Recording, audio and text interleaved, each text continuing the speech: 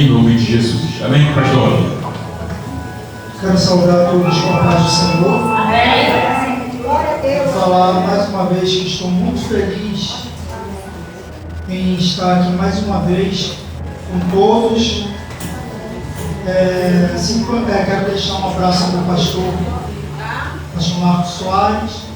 Eu sou aqui da Igreja Shaddai, na Ginoca. Dizer que estou muito feliz, pois aqui foi a primeira igreja que eu congreguei em Niterói. A primeira vez que eu entrei, se não me falha a memória, numa igreja Assembleia de Deus, pois eu sou do Rio, não comecei minha história na Assembleia, passei por 2 igrejas antes dessa, e peguei muito o que aprendi nas outras igrejas e dei continuidade aqui na Assembleia. Meu coração está um pouco triste por ter perdido aqui uma grande amiga, todos vocês conheciam, a nossa irmã Letícia, que foi a minha primeira professora de escola bíblica dominical. Minha confidente, conversávamos muito. A igreja era até onde tem essas 2 colunas, das colunas para lá era a sala dos jovens. Aprendi muito com ela, tudo que eu aprendi tenho hoje, aprendi muito com a irmã Letícia, com outros professores que aqui também eu tive, a irmã Maísa, o irmão Rodolfo e a irmã Mônica, que foram os 4 que assim que eu cheguei tive maiores contatos na escola bíblica. E sentado ali com a minha filha, eu ia falando com ela cada coisa daqui que eu lembrava, e ela: pai, você lembra de cada detalhe. E eu falei para ela: isso é muito importante, a gente lembrar dos detalhes, lembrar de todos aqueles que nos ajudou no começo da nossa caminhada. Tem aqui o irmão Ronaldo, a irmã Mônica, muitos outros que aqui não estão, a irmã Mareide, congregamos junto durante muito tempo, o próprio pastor Raimundo, congregamos. Mas falar que meu coração está alegre por estar mais uma vez aqui para trazer essa palavra, que fica em Lucas, capítulo 15, a partir do verso 11, que tem aqui como parábola do filho pródigo. E esse versículo veio falando comigo durante a semana. Há 2 semanas atrás, se não me falha a memória, o pastor Raimundo tinha me ligado, perguntando se eu poderia vir aqui, mas eu estava com compromisso lá na igreja, que tinha sido batismo. Lá na igreja nós conseguimos, junto com a nossa matriz, com a nossa filial, aqui em Tenente Jardim, para a honra e glória do Senhor, batizar 28 pessoas. E creio que Deus tem preparado muito mais gente em todas as igrejas para descer as águas, porque sua vinda está mais próxima do que imaginamos. Então, Lucas 14, a partir do verso 11, e diz: e disse, um certo homem tinha 2 filhos, e o mais moço deles disse ao pai: pai, dai-me a parte da fazenda que me pertence. E ele repartiu por eles a fazenda. E poucos dias depois, o filho mais novo, ajuntando tudo, partiu para uma terra longínqua e dali desperdiçou a sua fazenda, vivendo dissolutamente. E havendo ele gastado tudo, houve naquela terra uma grande fome e começou a padecer necessidade. E foi e chegou-se a um dos cidadãos daquela terra, o qual mandou para o seu campo apacentar porcos. e desejava encher o seu estômago com as bolotas que os porcos comiam. Ninguém lhe dava nada, e tornando em si, disse: quantos jornaleiros de meu pai têm abundância de pão, e eu aqui pereço fome. Levantar-me-ei e irei ter com meu pai, e pedirei a ele: já não sou digno de ser chamado teu filho, mas fazei-me como um dos seus jornaleiros. E levantando-se foi para o seu pai, e quando ainda estava longe, viu o seu pai e se moveu de íntima compaixão, e correndo lançou-lhe no pescoço e o beijou. Até aqui, quero tomar o seu assento. Nós vamos ver aqui nessa parábola que Jesus está contando. Todos nós, a maioria de nós, conhecemos essa história e já vimos várias pessoas pregando sobre ela.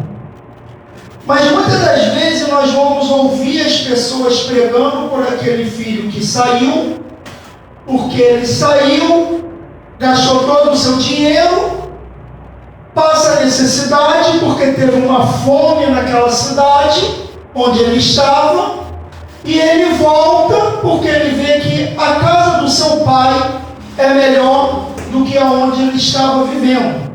A gente sempre vai ver os pregadores falando sobre ele.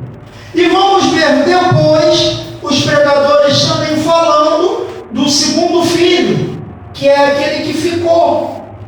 A gente vai ver os pregadores falando sobre aquele menino que olha, ele está vindo do campo e vê uma grande festa acontecendo na sua casa. E ele pergunta a um dos servos do seu pai: o que está acontecendo? E o servo diz: o seu irmão voltou para casa, e por isso o seu pai mandou matar um cevado e fazer uma grande festa, um banquete para todos. E aquele menino, ele fica com raiva, ele fica chateado, porque ele se sente injustiçado, porque ele sempre esteve com o pai, não pediu a sua parte, sempre esteve ali trabalhando e ao lado do pai, e nunca tinha tido uma festa como aquela. A gente sempre vai ouvir os pregadores falando nesses dois personagens, mas se nós pararmos para ver, essa história tem 3 personagens e não somente 2. Aqui vai ter um pai. A gente vai olhar para esse pai e eu não me lembro de nunca ninguém ter falado sobre esse pai. Deus veio me preparando, veio me falando comigo, desde o dia que eu recebi o convite do pastor Raimundo sobre esse capítulo. Eu tinha algo em mente para trazer, mas Deus me botou no meu coração essa palavra. E durante toda a semana Deus vai falando comigo, até chegarmos aqui, o louvor da irmã que fala sobre a oração, de termos aqui todos os nossos filhos dentro da nossa casa, de termos a nossa família, esposo, esposa, filhas, porque muitas das vezes a gente fala muito assim, que a mãe está orando pelo seu filho, mas também está orando pela sua filha. A mãe ou a esposa quer ver o seu esposo no altar, mas o esposo também quer ver a sua esposa no altar. Certa vez eu vi um desenho que, enquanto a mãe e o filho estavam dentro de casa, o pai segurava o globo terrestre, o mundo. Cada um de nós temos uma função dentro do nosso lar. E esse pai aqui, dá para a gente admirá-lo muito. Porque quando o seu filho pede, a dor que ele deve ter sentido no coração deve ter sido muita. Quando ele dá a parte do seu filho e ele pega tudo e vai embora. Aquele pai não sabe para onde aquele menino vai. Mas creio eu que ele aconselhou o seu filho desde a sua mocidade.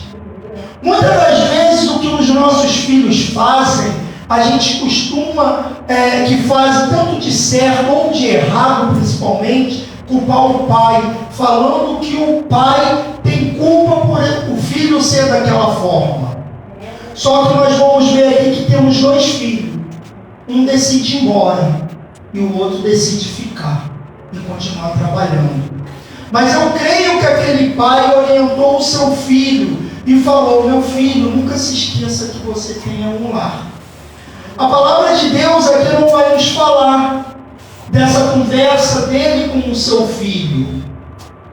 Mas nós podemos conjecturar, nós podemos imaginar a conversa que ele disse para o seu filho antes de ele ir embora.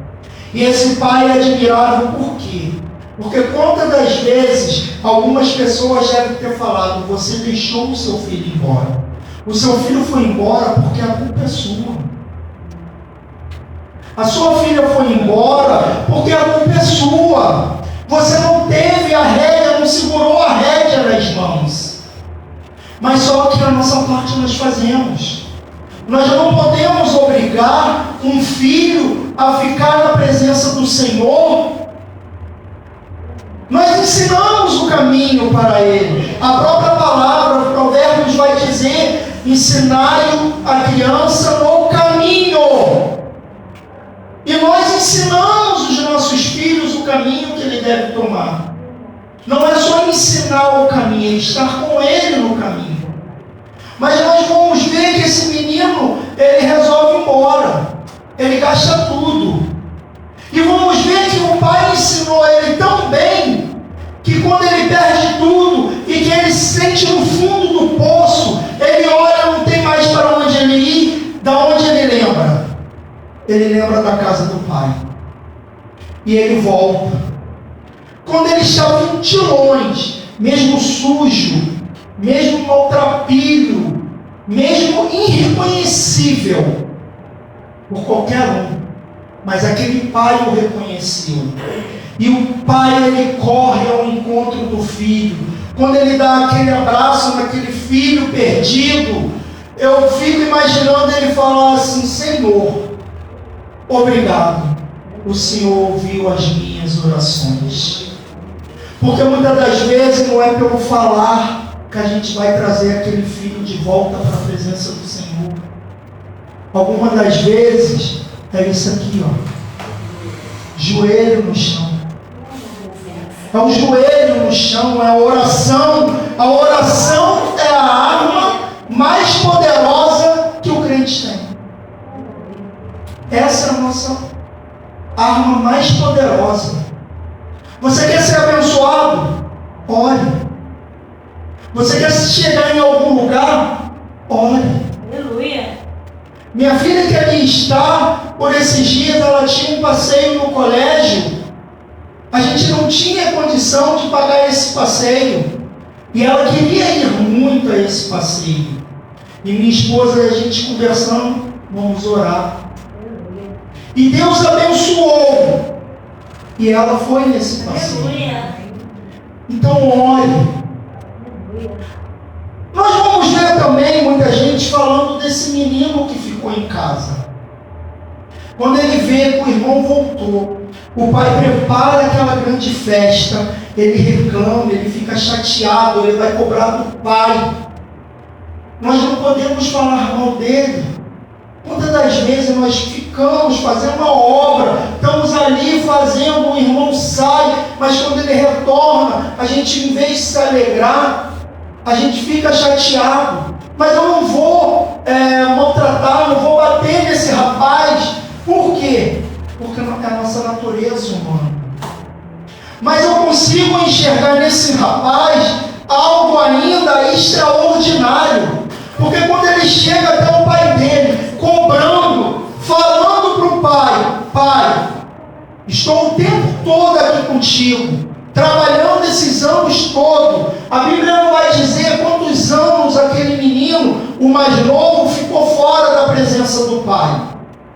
Mas ele cobra o seu pai por estar sempre ali com ele e nunca ter ganho uma festa. E seu pai o repreende e diz: meu filho, tudo isso aqui é teu, nada mais é meu. Porque você se lembra, é como se ele estivesse falando assim: você se lembra que eu reparti para você e seu irmão? O seu irmão levou a parte dele, gastou. Ele está de volta à nossa presença. Mas tudo o que tem aqui agora é seu. Você poderia já ter feito uma festa com seus amigos. Convide os seus amigos para festejar junto com ele. Pode, você está livre para fazer isso. Mas faça com sabedoria. E eu vejo que esse pai instruiu tão bem esse menino, porque eu não vejo hora nenhuma, depois que o pai fala isso para ele, ou está falando, ele tentando discutir com o pai, ele tentando debater com o pai. Ele vai até o pai com uma certa autoridade, com uma certa petulância. E o pai fala para ele e ele lembra: opa, calma aí, eu sou o filho, tudo pode ser meu, mas eu ainda sou o filho. Ele é o pai. Nós devemos fazer isso, entender que muitas das vezes não é da nossa forma, não é do nosso jeito. Nem sempre Deus vai nos responder às nossas orações naquele exato momento. Porque muitas das vezes as bênçãos para a gente receber, a gente tem que se preparar primeiro para receber. Porque senão a gente pode botar fora. E muitas das vezes já preparado, a gente acaba jogando muita coisa fora, não dando valor àquilo que realmente deveríamos dar. Nós vamos ver que nós vemos o rei Saul, um homem que recebeu a herança, recebeu Israel para reinar, para ajudar aquele povo, para levar até a Deus. Mas ele ali pelo meio do caminho, ele se perdeu. E Deus traz um outro homem, um homem segundo o seu coração, o rei Davi. Por esses dias eu estudando, falando com Deus sobre o rei Davi, eu vejo que o rei Davi, se a gente for colocar no papel, foi um dos reis que mais erraram. Mas é um rei que é mais respeitado em todo Israel. Se nós formos perguntar a algum judeu sobre os reis de Israel, o mais lembrado é o rei Davi. Eles têm muita consideração. Por quê? Porque o rei Davi se afastava da presença do Senhor, cometia um pecado, mas logo depois ele reconhecia que estava errado e se voltava para a presença do Senhor. É dessa forma que nós devemos fazer, continuar orando como o rei Davi orava, mesmo recebendo a notícia: seu filho com a adúltera, com quem você cometeu adultério, vai morrer. O rei Davi foi lá orar. Ele orou, mas aquele menino morreu. A espada não vai sair mais de dentro da sua casa, mas ele continuou orando, continuou amando os seus filhos, mesmo os seus filhos cometendo os erros que cometeram. Os seus filhos quiseram, um deles que mata o irmão, o outro que violenta a irmã. Ele matou o irmão por causa disso. Ele vai e tenta usurpar o trono do seu pai. Mas o escolhido de Deus já estava dentro da casa de Davi. Deus já tinha escolhido, a partir do momento que tanto ele como Betseba já tinham se perdoado e pedido perdão a Deus. se arrependido dos seus pecados. Aleluia. Nós temos que nos arrepender de tudo aquilo que nós fazemos, que chega até o Senhor, que não o agrada, porque muitas das vezes nós fazemos coisas que não agradam ao Senhor, e temos que ter esse arrependimento, como esse filho ele teve. Ele lembrou: meu pai me ensinou que quando eu estiver passando por alguma provação, ou eu errei, existe um que ainda me perdoa. O mundo não vai me reconhecer mais, porque eu estou sujo, rasgado, estou irreconhecível pelo mundo, pelas pessoas, mas Ele me conhece pelo nome. Deus, Ele conhece o nome de cada um de nós. Ele nos chama a cada um de nós pelo nome. Se alguém aqui tem um filho que está afastado do caminho do Senhor, é duro, dói o coração. Principalmente no início, a gente não sabe como agir. A gente não sabe por onde começar. Mas lembre-se, ore, se ajoelhe, porque o teu filho vai voltar. A tua filha vai voltar. A tua esposa vai voltar. O esposo vai voltar. Eles vão estar aqui nesse altar. Creia. O que o inimigo quer é que você pense que não tem mais jeito. Mas olhe para dentro de você. Quando eu fico olhando, quantos são aqueles que falavam que eu já não tinha mais jeito? O meu tio, certa vez, quando ele é do Ceará, voltou a morar no Rio e voltou para o Ceará. Quando ele veio para cá, que ele me viu que estava na presença do Senhor, ele falou para minha mãe: eu tinha medo de ver meu sobrinho envolvido com qualquer outra coisa, longe da presença do Senhor. Eu nunca me envolvi, graças a Deus, com drogas, com tráfico, mas eu bebia para tirar onda, achava que aquilo era uma onda, mas o Senhor, através desse meu tio, me alcançou. Às vezes não é por muito falar, às vezes é como eu disse hoje na escola dominical, 3 palavras bastam: Jesus te ama. E esse meu tio, antes de ir para o Ceará novamente, ele tinha dito: meu filho, por que você não volta para a casa do Senhor? Eu falei: ah, tio, eu não quero ir só para pedir. Eu só vou voltar para a casa do Senhor quando eu receber o que eu quero para agradecer. E ele me disse: como que você vai receber se você não vai até aquele que pode te trazer?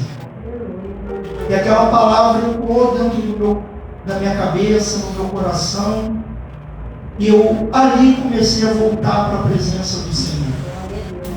A caminhada não é fácil, principalmente quando nós conhecemos a palavra do Senhor e saímos da sua presença, porque todo aquele que vai chegar até a nós para falar algo do Senhor, a gente já está armado com pedras, lanças, estamos armados até o dente, porque nós conhecemos a palavra do Senhor. Nós conhecemos a palavra do Senhor, e aí começamos a achar brecha, queremos usar a palavra do Senhor ao nosso favor. É isso que nos acontece.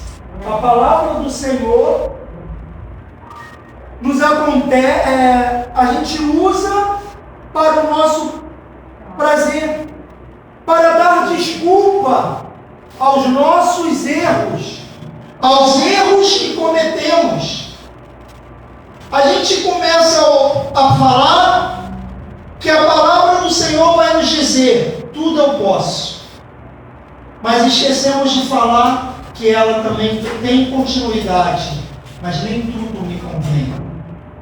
Eu começo a tentar usar a palavra do Senhor para o meu benefício. E por isso que é difícil, quando alguém se afasta do caminho do Senhor, muitas das vezes a gente convencer na palavra. Quantos aqui já tiveram lutas com seus filhos, mas hoje os seus filhos voltaram para a presença do Senhor? Quantos aqui já tiveram lutas com seus filhos, e muitos ainda têm, mas creia, continue orando, porque eu creio que da mesma forma que esse pai avistou o filho dele, irreconhecível para o mundo, mas reconhecível para você. Porque a mãe, um pai, o filho pode estar do jeito que for, mas jamais vai deixar de reconhecer. Nós, como pai, como mãe, jamais vamos deixar de reconhecer os nossos filhos. Deixe eles estejam passando aonde for, a prova onde for, mas continue orando. Não deixe de orar. Lembre-se a partir de hoje, se nunca ninguém tinha dito para vocês isso, a maior arma do crente é a oração. Através da oração, nós vencemos batalhas, nós vencemos o inimigo. Não é por força que a gente vai vencer as hostes do mal, a batalha contra o inimigo. Quando Jesus ele é batizado e é levado até o deserto pelo Espírito Santo, ele não vence ao diabo nem com seu poder divino e nem com a força do seu braço, mas ele vence o diabo com a palavra. Aleluia, glória a Deus.